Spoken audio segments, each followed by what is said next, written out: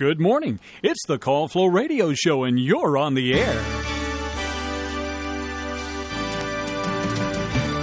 Well, it can be if you give us a call at 434-394-0924. Yes, I've almost got that number memorized. Almost. Well, it is your Thursday, June the 27th, and we've got an open mic day. Noah Massage is here with me. Good morning, Noah. Good morning. How are you doing, Chris? I'm doing all right. Nice. Yeah, all this excitement about WFLO and everything. It's been a great week. Excellent week. Yeah. Excellent.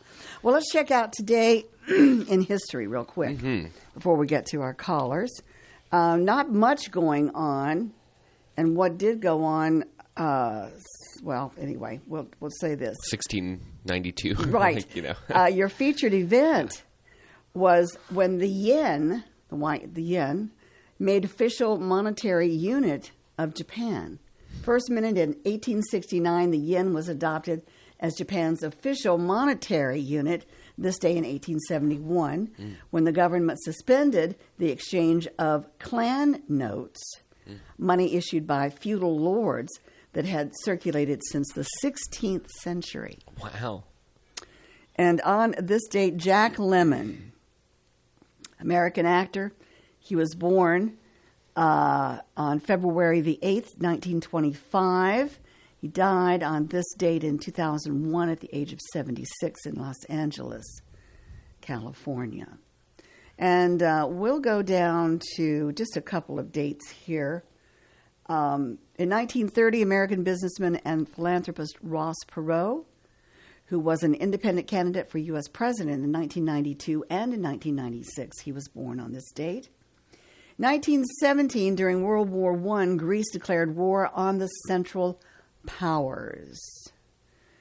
And in 1862, during the First Battle of Cold Harbor in the American Civil War, Confederate General Robert E. Lee attacked Union troops, driving them back in disorder and forcing them to withdraw in the south side of the Chickahominy River. In 1846, Charles Stewart Parnell, Irish nationalist and leader in the struggle for the Irish Home Rule, was born in Avondale County, Wicklow.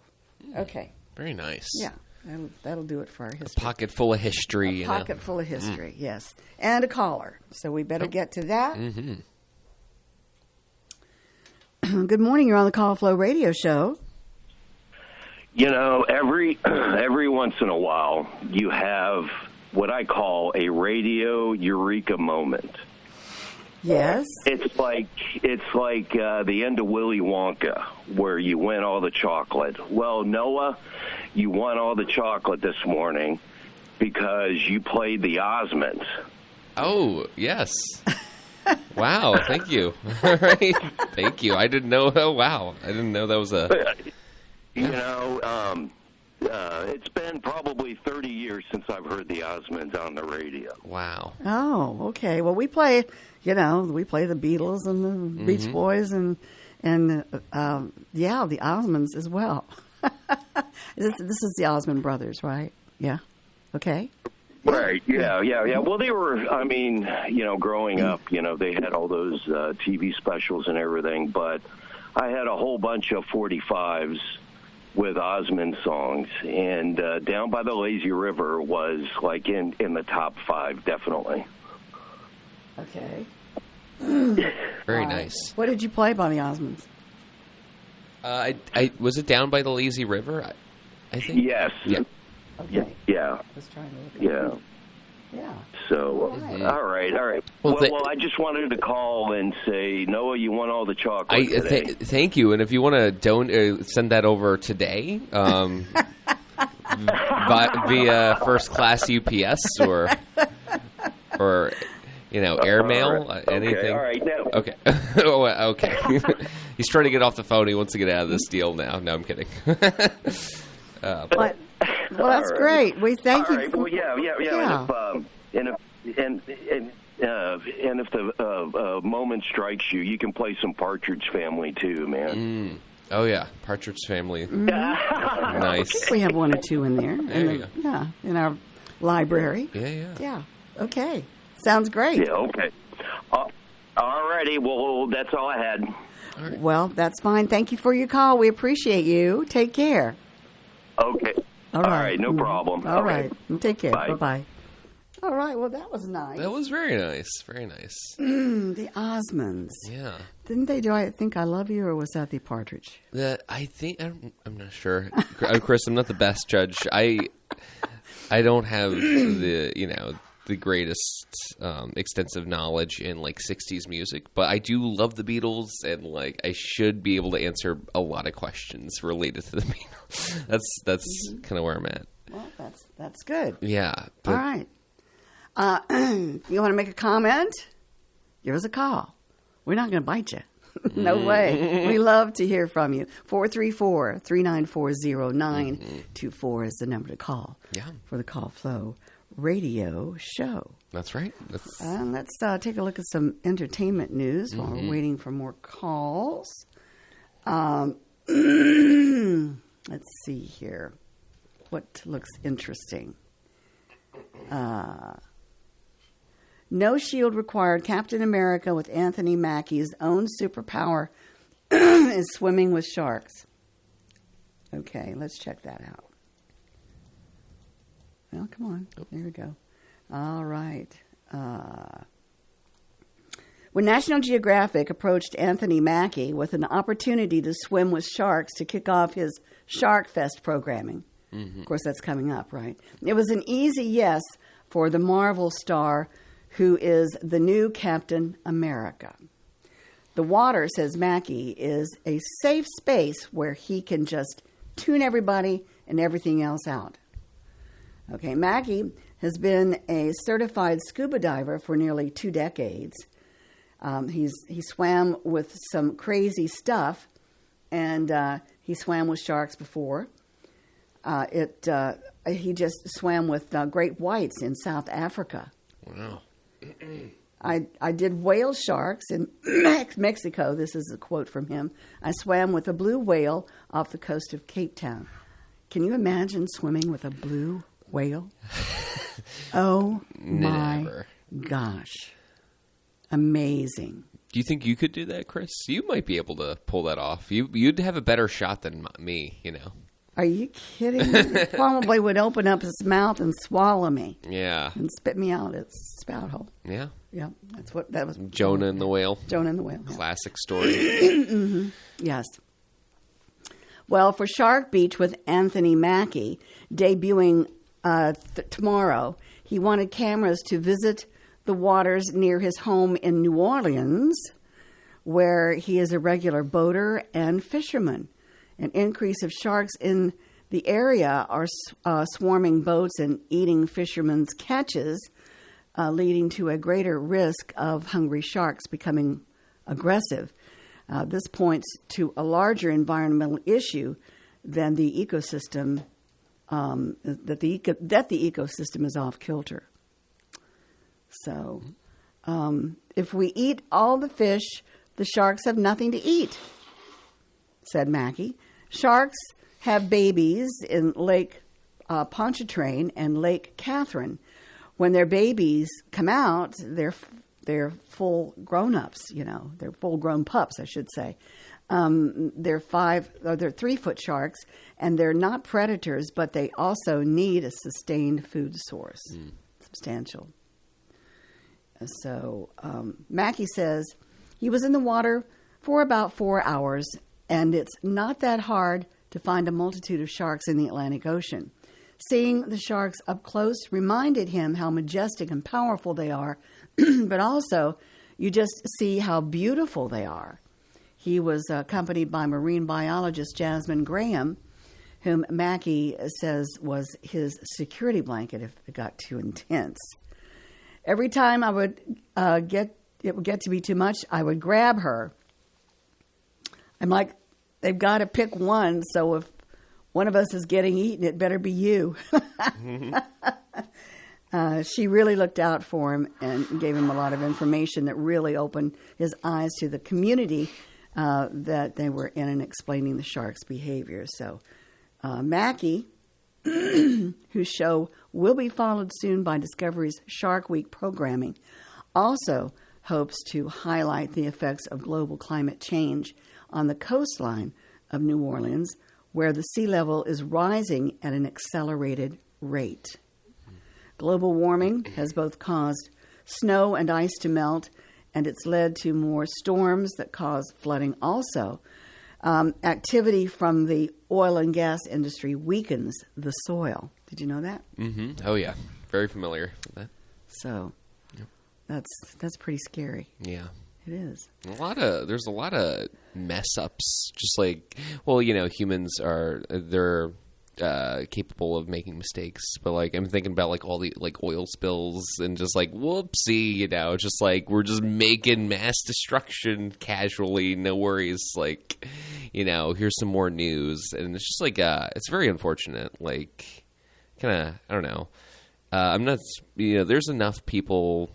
I don't think there's enough people like really making like big efforts to like take care of the planet, and like I don't know. I feel like some people get upset, and this is just me. Like, stop me whenever you want, Chris. But I know some people that like you say that you recycle, or you say you do something like that where like, I'm like doing my small part, and they actually get upset. And they're like, "Oh, you're like one of those people," and it's kind of crazy that like there are some people that are like that will like be like, "Oh, it's all fake." Like what? What? How do you even talk to those people? Like, Yeah. Do you know people like that, Chris? Or like, Yes. a few maybe? Yeah, I've encountered a few. Very interesting, very strange.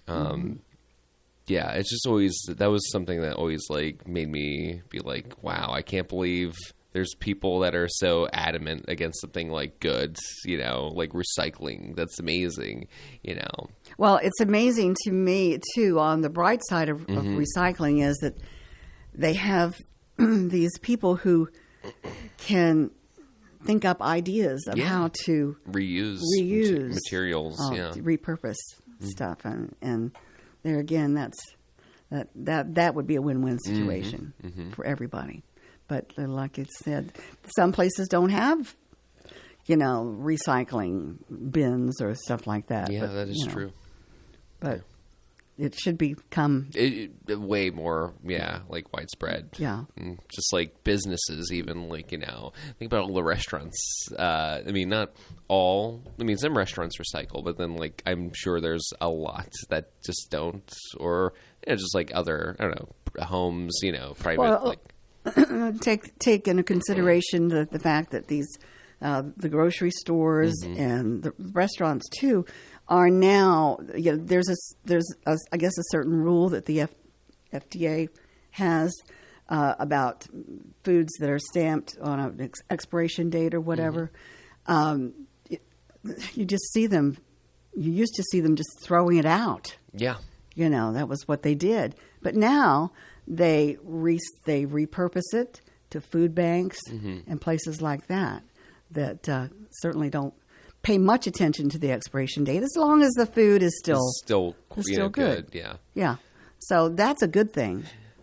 Yeah. I think there's there was this one comedian who had a bit about like milk with the expiration date. It might be like Jerry Seinfeld, but he was like, who put the expiration? Who knows when that milk's going to expire? Like, did the cow like warn somebody? Yes, sometimes when I don't buy milk that often. Me neither. Usually it's a quart or maybe just a couple of pints or whatever, and the smaller ones. But the expiration date, and I go to open up the carton, and the expiration date is like for the next week or next few days, and the milk's sour. So. Yeah. And then you can go for several days after the expiration date, and it's still good in some cases. So, yeah. A little bit in the coffee, or wherever you use your milk, in cereal or oatmeal. Yeah. Farina. Have you ever had farina, Chris? Isn't it sort of like a cream of wheat type thing? Yes. Yeah. Yeah. I don't know. I don't know whether I did or not. Mother was pretty sneaky about foods, trying to introduce me to new foods. She usually didn't succeed, but sometimes she did. That's funny. Yeah.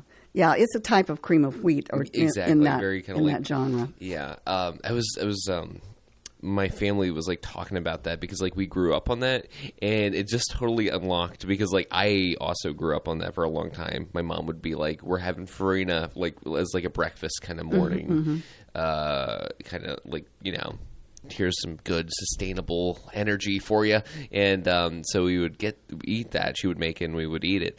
But I was having we were talking as a family, and somebody mentioned that like Mom would make it lumpy sometimes, and I was like, I forgot that was a thing that you could do. But yeah, you could like really easily mess up farina. Yeah. And I just that conversation it just like made me remember how bad farina actually is, because like another thing you could do is just dump a bunch of like table sugar on the farina to make it somewhat edible, because it's like it has no flavor. Well, we used to add to our. Sometimes when we have cream of wheat, Mother did the same thing. She made it overcook it and got it a little lumpy. But what we would do is either put brown sugar, butter with it. Oh, yeah, or put butter and maple syrup or some kind of syrup on top of it to make it just to sweeten it up a little bit. The lumps, though, Chris, like it's like make you want to throw up. That was awful.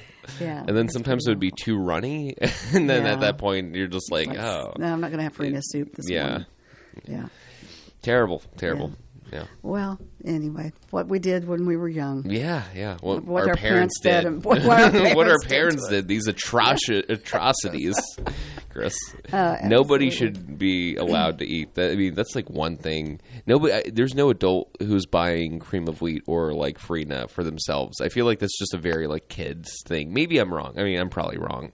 But like, well, just like grits, not a fan of grits. I like hash I have browns. to be in the mood for grits. But yeah, grits they're okay. But once again, they have to be that right consistency. Otherwise, they're either too runny or too lumpy, or Definitely don't want too lumpy. That's a nightmare. Oh well. Well, let's see. We have 26 minutes after 8 o'clock, and did you get any rain last night? I got a little bit on my way home from the press club open mic that I went to. And you emceed. And co-host, Yeah, that's pretty cool. Yeah, there was a couple of just like a patch of drizzle, and then like I drove past it, and then it stopped raining. So I mean, I don't know. It seemed pretty like scattered as far as the like rain goes. Well, the reason I could tell because I left my tablecloth on my outdoor table because it wasn't raining or anything. We had company. We ate outdoors last weekend, so not last weekend, but weekend before that. So and then when I went out and I looked, the tablecloth was soaked. So that's the way I found out that it rained, because I checked my rain gauge and it was just a little drop, in there. But like I said, enough to settle the dust. If anybody else had any more than that around, let us know. Yeah, I thought it was going to rain a lot more yesterday because I did hear it's supposed to rain. Hopefully, I don't know. We need some like heavy rain. I want like a well, we got into triple digits yesterday. Yeah, and it was pretty unbearable. But Iggy, she's raring to go. But I sort of didn't take her on any long runs or anything like that. So she was okay. But you have to watch your pets too when they're out there and stuff like that. Make sure they have some shade and some water. Absolutely. Yeah. But anyway. All right. Let's see here. What do we have in oddities? Let's check that out really, really quickly. Usually they don't. Okay. Let's see. A malfunctioning steam room sets off alarm and prompts evacuation at Rhode Island YMCA. This is out of Middleton, Rhode Island, or Middletown, I should say. A malfunctioning steam room at a YMCA in Rhode Island pumped out so much steam that it triggered a sprinkler system alarm on Saturday morning, prompting an evacuation.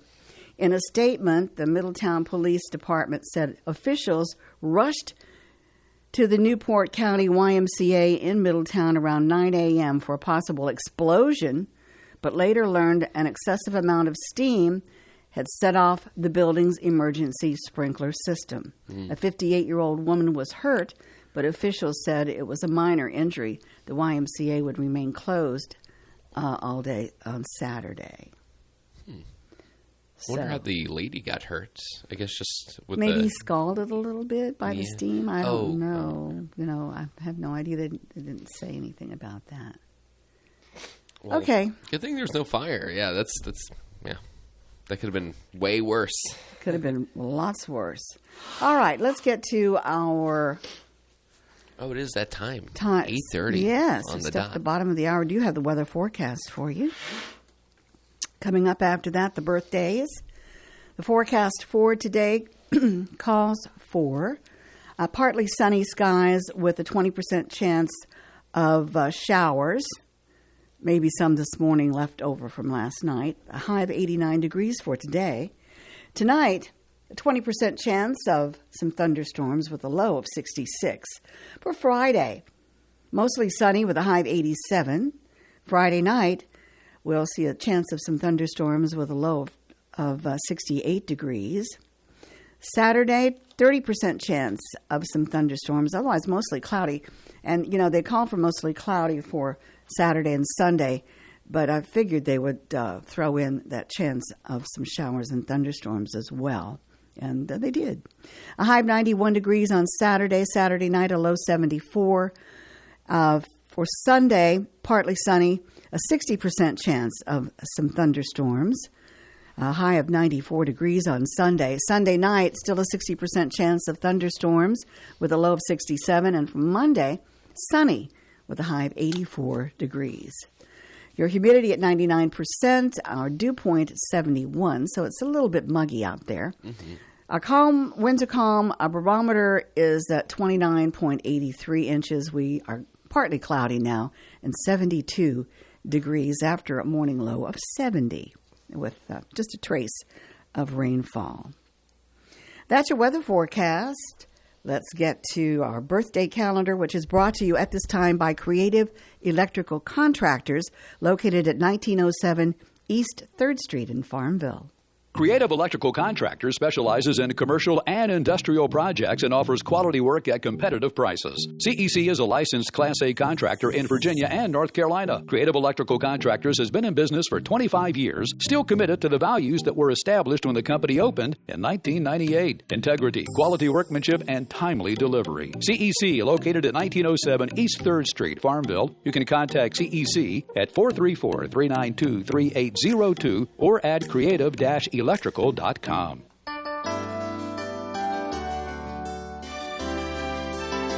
right, we got our birthday music going. That is right. Now let's get Noah going here with some birthdays. All right, Noah. All right, so starting off, we have 2 birthdays and 1 anniversary today. The first birthday is Hannah Wooding.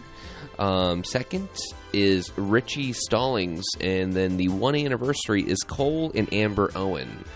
So happy birthdays and anniversary, hope you guys have a great day and celebrate the best way possible. Absolutely.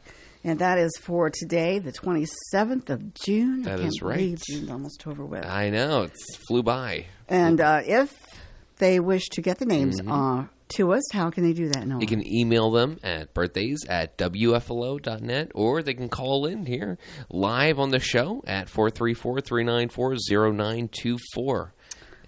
And that might be one right now. I did want to mention, yes, Chris, that the Farmville Spotlight is tonight, though.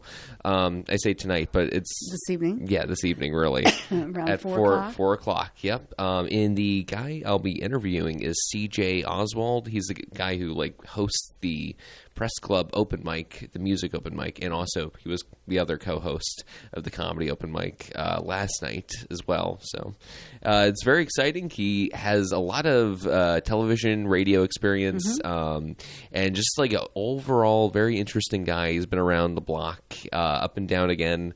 So I'm very excited for the interview. It should be very, very fun. That's at 4:00? 4:00. Okay, this afternoon. This afternoon, so everybody 4:00. tune in because he's going to be right here in studio, correct? Mm-hmm. All Yep. right. Yep. Live interview. Very good. Well, just to mention, the birthday calendar brought to you by Creative Electrical Contractors. If it's not right, they'll make it right. And you can give them a call at 434-392-2802. We've got a caller on the Call Flow Radio Show. Good morning. You're on the air. Good morning. I'm fine, and you all are too. Okay. Nice. Hi, Henry. Yay. Boy, I tell you, it's some kind of hot and dry. I heard earlier today that from a dairyman, he said all of his cows were given powdered milk. Oh, my goodness. It's been That's so, a shame. Yeah, it is. I remember the first time I milked a cow, the old cow looked around at me and called me a jerk. Ba-dunch. A jerk? Oh, a jerk. Yeah. Yeah, I was milking her. Oh, you're milking her. Okay, I got you. Yeah. I thought you said the first time I met a cow. No.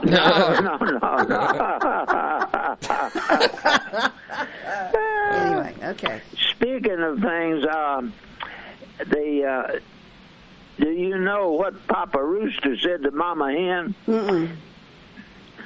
He said, "I'll go to my gravy loving you." Oh. Yeah, I didn't promise that it'd be funny. I just,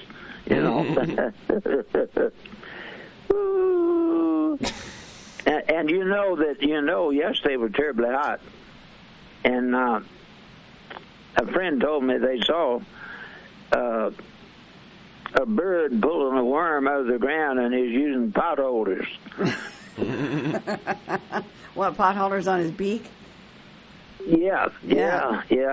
Mm-hmm. Yeah, I remember one time the teacher in school asked us to write a sentence using certain words. It was in the health class, and she said use the word arthritis in a way that shows that you understand what it is. So I wrote a little thing and said, arthritis, or give us a call on the phone. That's funny. Oh, boy. Yeah. And I told Chloe, I said, reform. And she said, well, I'll sleep on it. Chloe reform. Uh-huh. Oh, well. Right. Yeah. That's Okay, good. yeah, okay. Yeah, when the food bank used to be upstairs, and I believe it was where Newberry's was later on, years later, it was Rose's, on the main corner downtown. And they had an elevator, and the food was on the second floor. So I would operate the elevator. I'd go down and pick up the folks coming to get food, take them up, and when they got ready, I'd take them down. And somebody asked me how I like doing that. I said, well, it's got its ups and downs, but that's just the way it goes. I love my grandkids, and my youngest, Emma, my granddaughter, when she was 8, she's 10 now. When she was 8 years old, she told me one day, she said, the horses are so sad. I said, why do you think they're sad? She said, they all have such long faces. Well, they do. Yeah, you're right. Yeah, they do. And she said that. I don't know where she got it from. But anyway, the guy, I was driving once up through the mountains, and it was the most crooked road I've ever driven on. In fact, finally, the front end of my car crashed into the back end of my car. Yeah, I've been on roads like that. Yeah. Another thing, their English teacher in school asked, she said something about a soda jerk. And she said, again, use that in a sentence. And I said, she slapped his face so the jerk took off. But anyway, hey, it is hot and dry. And I got a story I want to tell about another time when it was hot and dry. And I do not remember the year that it happened, but it was the first year that Pastor Frank Potter came to Farmville. I think he's the head of the Assemblies Church on the East Coast. But when he first came to Farmville, it was a really, really dry year at that time. It hadn't rained in, I don't know, really a couple of months. And it was awfully dry. And so I was led to call Frank Potter, who is the new pastor at New Life. And I said to him, you know, how about your church buying some little commercials asking everybody to pray for rain at 1 o'clock on a certain day? And there was no rain in the forecast, no mention. So on that, and I said, we'll just charge the church. So I would, after I explained it to him, he said, well, yeah, let's do it. So each day I would ad-lib a little spot about everybody gathering in prayer. Everybody pray at 1 o'clock on that certain day. Just pray for rain. And after Pastor Frank said do it, so I did. Well, on that designated day at 1 p.m., I know I prayed. They put the news on at 1, and while the news was on, I was praying for rain, and others were. That was at 1 p.m., and at 17 minutes after 1, the rains came, and it rained for 3 days, and a drought was broken.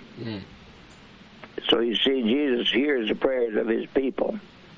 And what I'm wondering is, if we couldn't arrange something like that this time, as far as getting a bunch of people to pray at a certain time, certain hour, and all those prayers go up, and they get results.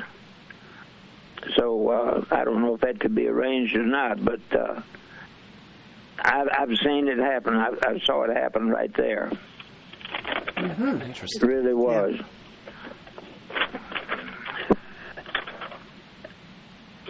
I have a kind of an unusual, I don't think I've ever shared this. General Sam Wilson told me that when he was in Vietnam, a group of U.S. soldiers were on a small hilltop, and they were firing at the enemy, the Viet Cong, located on another little hilltop with just a little valley between those two hills. And they were firing back and forth, and in that valley was just one tree, and in that tree was a bird nest. And both sides could plainly see as a little baby bird fell out of the tree, out of the nest, and hit the ground. And he couldn't fly, but he was fluttering up and down trying to. So one of the U.S. soldiers, now this sounds strange, but General Wilson said it was true. One of the soldiers picked up a ladder, got a white flag, and started waving it, and the gunfire stopped. So then the soldier walked down the hillside and set the ladder against the tree, picked up the baby bird, climbed the ladder, put the little bird back in the nest, And then he brought the letter back and returned to the U.S. troops. And then the firing started again. Isn't that something? Mm-hmm. Yeah. You'd think, if They would learn something. Yeah. Yeah, he said it was amazing. He also told me another story. We had become friends, and I asked him to speak to the Charlotte Rudin Club, and because my brother-in-law Bud Wilmoth was the president, and so anyway, I took General Wilson over to a meeting. They had it in Drake's Branch. So we went over there, and he held them spellbound for about an hour. And he said that some of the behind-the-scenes and undercover things they discovered, that the Russians had taken a mama rabbit with babies, and they took the mama rabbit out in the ocean about 50 miles, and they went down about 300 feet underwater in the submarine. And at a given time, they took the baby rabbits underwater, and the mama rabbit was back wherever, but several hundred miles away. And so the baby rabbits underwater, and at a given hour, they began to abuse the little baby rabbits. And at that exact time, the mama rabbit just went crazy. And he said the Russians were studying that as a way of using it some way or another. But I don't know how they found that out, but he said they knew about it. Okay. I mean, that kind of blows your mind, doesn't it? Mm-hmm. Does mine anyway, because I don't have much of a mind. But anyway, he was one of the most spellbinding people I've ever listened to when you really wanted to get serious about things. And I may have told you about his wife, Brenda, having Alzheimer's. And, after he came home to stay with her the last couple of years of her life. And it was during that time that he was president of Hampden-Sydney College. And so, but he stayed home and while she was for 2 years. And she, as a symptom of that disease, sometimes they would do strange things and say strange things. And she passed away. And he said he was out on the screened-in porch of his house one morning, and he'd go out every morning and drink coffee and watch the sun come up. Now, there was a 10, 12-acre lake, and the edge of that lake came right down about 20 or 30 feet from his house, where he was from that porch. And so he said one morning he was out there after Brenda had passed away, and he says, Lord, some way or another, show me that Brenda is safe with you. And he said at that moment, the trees across the lake bent over towards the water, and a big arrow came up out of the water. He said it was about 4 feet wide and about a foot high, and it had a pointed head on it just like an arrow. And he said that big arrow made of water came across the top of that lake and came down and stopped about 20 or 30 feet from where he was standing. And he said he had a sweet peace over that. He never again wondered if she was okay. Mm-hmm. when I began sharing things like that, supernatural things, been doing that now about 2 years, and on the air less than that, but because I would share these every other Sunday at Heritage Baptist Church, and in a way, I've just seen some amazing things that the Lord did, and I think I told you I had done about the feud and banjos thing. I believe I told that on the air. So I can't say that I think I did do that. I think you did, Henry, when John was on. Me and John were on, I'm pretty sure. Yeah, okay. The banjos.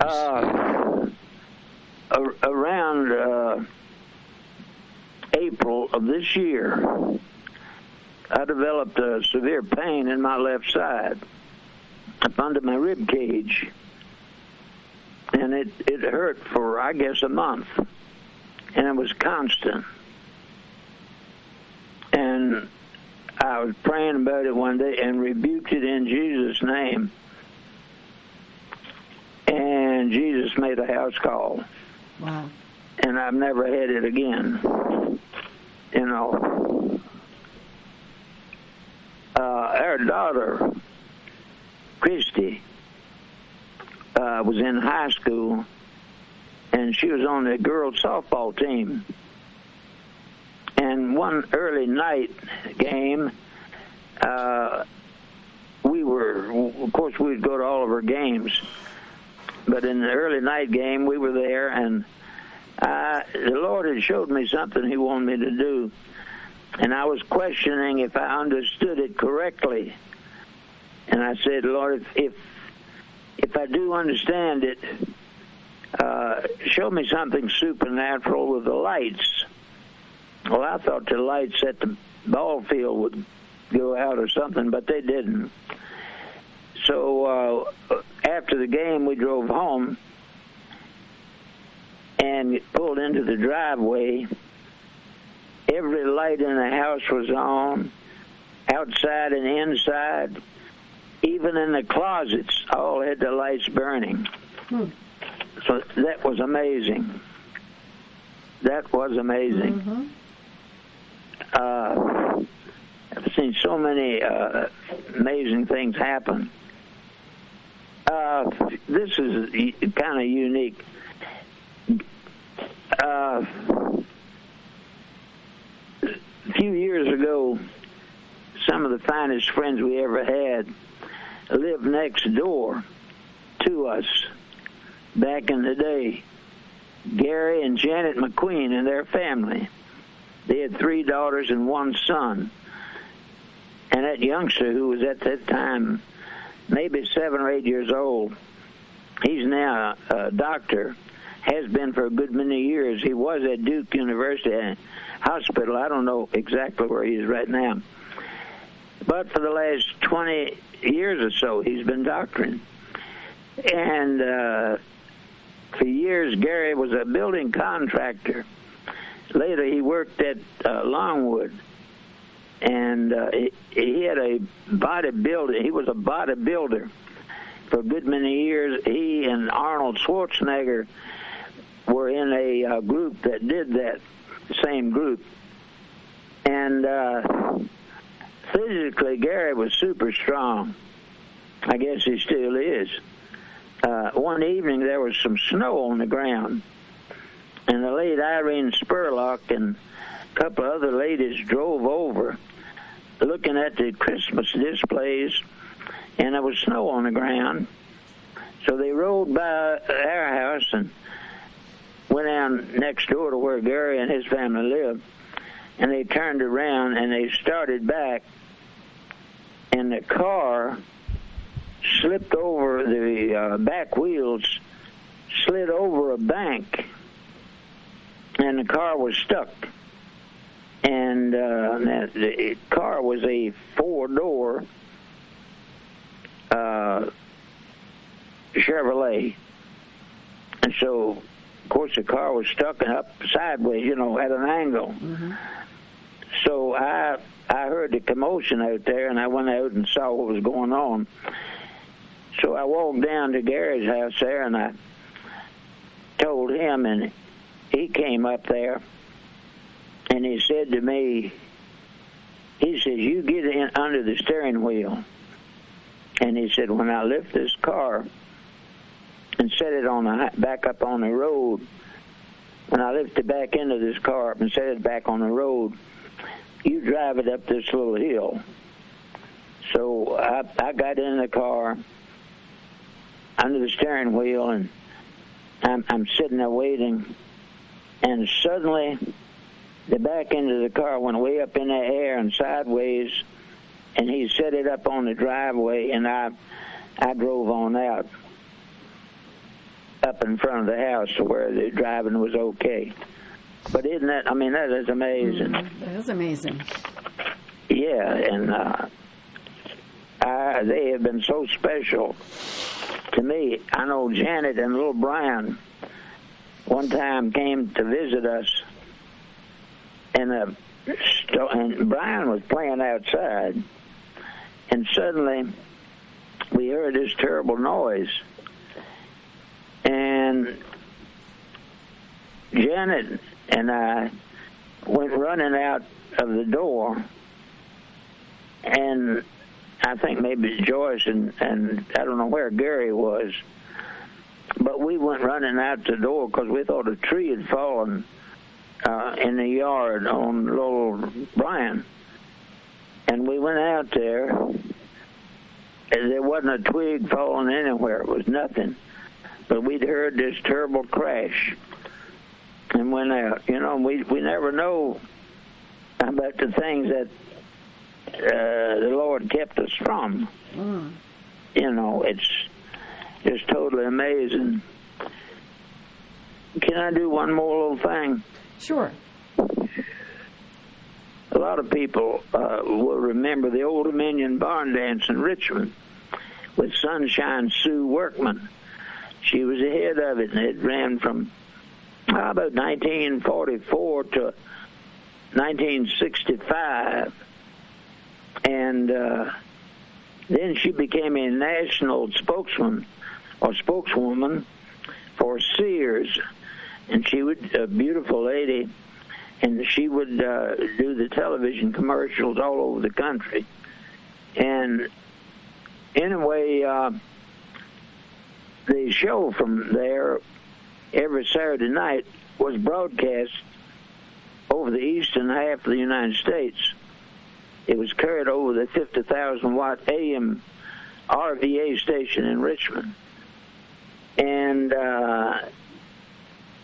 the show shut down eventually for several years after Sue left. And a group of musicians started a weekly show in Williamsburg. It's called the Williamsburg Opry. And this ran from about 1980 to 1990. And it was organized by fiddler Cal Newman, fiddler Sonny Mead, a guitar player who was married to Donna Mead, who later, she divorced him later and married Jimmy Dean, the Sausage King. But this young man's name was Sid Hudson, and he played electric guitar for Barbara Mandrell. Barbara Mandrell had a nationwide TV show once a week, and Sid was the band leader and quite an excellent player.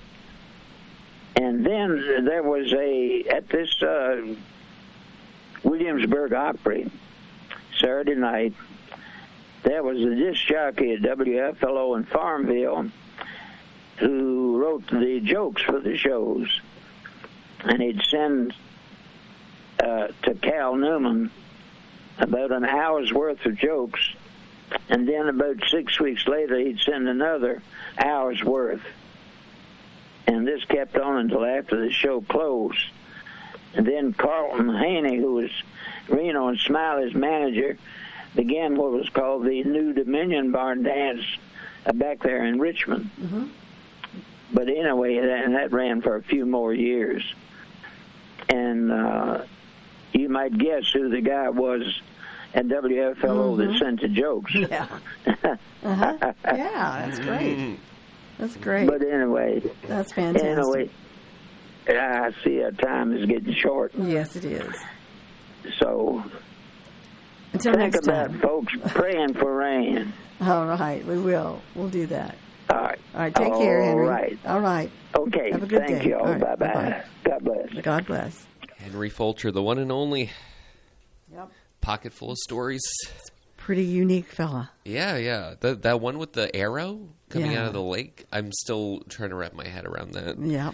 That's like that is really like a Stanley Kubrick, just kind of bizarre. Like, oh man, I don't know. Very, very interesting though. Yeah, I'd love to just sit down with Henry one day and really go over some more stuff and that's right. take notes. All right. But before we close off, Chris, I'm so sorry. I did want to mention Farmville Spotlight is this evening, 4 o'clock, with C.J. Oswald. Just one more time. Just throwing it out there. That sounds great. All All right. right. That's it for Call Flow for today. Everybody is. have a great remainder of your day. And we've got music coming up on The Flow. WFLO AM 870 Farmville. ABC News, I'm Sherry Preston. The first 2024 presidential debate is set for tonight in Atlanta.